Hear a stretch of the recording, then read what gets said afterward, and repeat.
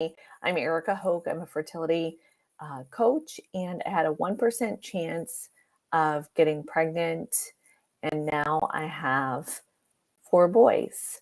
So, what we're talking about today, I want to share a little bit about my story because I feel like it's really important to have some perspective about what it took for me to get from being told that I would need donor eggs, that I was never going to be able to conceive on my own, to getting pregnant naturally through diet and lifestyle changes, traditional Chinese medicine, and acupuncture. So, I want to talk to you about talking to your doctor about additional testing and what I did to dig deep into my medical history and work out what was going on with my body. So, the part of the story that I forgot to mention just a minute ago was I was over 35 when all this was going on. Um, I was over 35 when I got that diagnosis of needing donor eggs. And so after going through a period of time of disbelief and grieving, I just hit the ground running. I was researching like crazy, like so many of you are. And I just started taking a multi-pronged approach to how I was going to get to the bottom of my infertility and how I was going to get pregnant. I did not allow myself to be deterred. And so one of the things that I did is I went back into my medical records and I found I was on thyroid medicine. I found my thyroid numbers from before I was symptomatic. So from a few years previous, before my thyroid started to like take a tank, and I started to need Synthroid. It was actually a fertility medicine that like burnt my thyroid up, but that's a conversation for a whole nother day. But I went and found that baseline number for myself, and I went to my doctor, my endocrinologist, who specializes in thyroid and other conditions. And I said to him, listen, I'm still kind of symptomatic. I don't feel as great as I want to. What if we just tweaked my thyroid medicine a little bit to this pre-symptomatic range? Every single time I got pregnant from then on out, my range had to be within that very small, very specific window. And I say that to you because thyroid numbers are like a football field. But I'm not going to go into that today. I'm not going to do any training on that because I talk a lot about that. So he did give me a little pushback, I will tell you, because that number for most people is on the high side, which means it's on the low side. Thyroid is so crazy. It was in the higher range. And so it's not a number that they kind of don't like people to like sit there. But I knew from the symptoms that I was having that my body wasn't happy. And so again, every time I got pregnant, it was in that very narrow window of my thyroid being within that certain range. So that was one of the things that I advocated for myself. And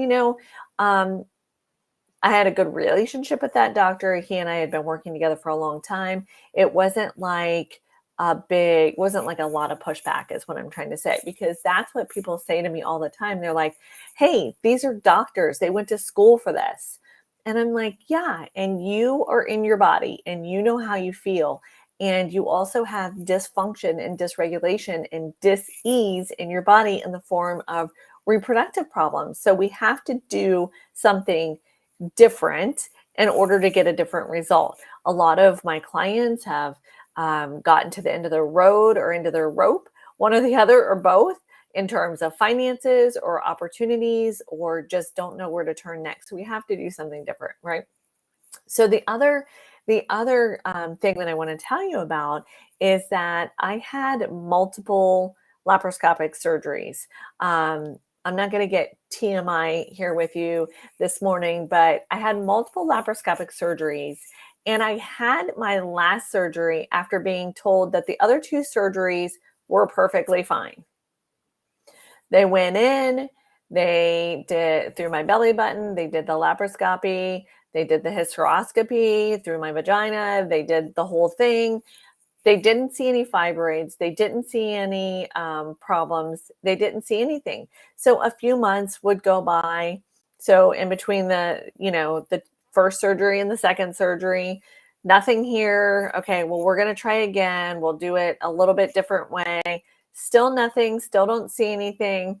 I can't remember the exact time frame, but I had to. And I went back to my doctor. I'm like, listen, I know that something's wrong with me. I'm having terrible pain. I'm having all these symptoms. You can't tell me that there's nothing wrong. So I said, what can we do? What can we do there? What other test is there? He said, well, you can go back to your fertility doctor and you can ask him for this test. And this test is a saline sonogram infusion. So they fill your uterus with saline, and that allows the fibroids to come out of the uterine wall. And lo and behold, you guys, lo and behold, I had so many fibroids in my uterus wall that had retracted from during the other two surgeries that they couldn't see them.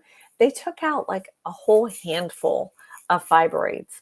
And that was kind of scary in itself too, right? Because, the scarring from taking the fibroids out could be implantation problems, but I knew that none of that mattered because I wasn't getting pregnant. I had to do something different. I had to take a little bit of risk. I had to keep asking the questions. And so I'm a little bit over time this morning, but that's what I want to say to you. I just wanted to say a little bit about my story to you, to advocate for yourself, to keep digging for questions. If you want to book a call with me, I have a free 30-minute consultation that I do in 2 parts where you and I put together a roadmap for you to go forward. It's not a sales call in any way, shape, or form. So if you want to hop on that, I put the link below in the comments. And also, I have a support group where we talk about these things and advocacy, and that is Infertility Empowered. And that link is there too. So health and blessings to you. I'll catch you later. Bye-bye.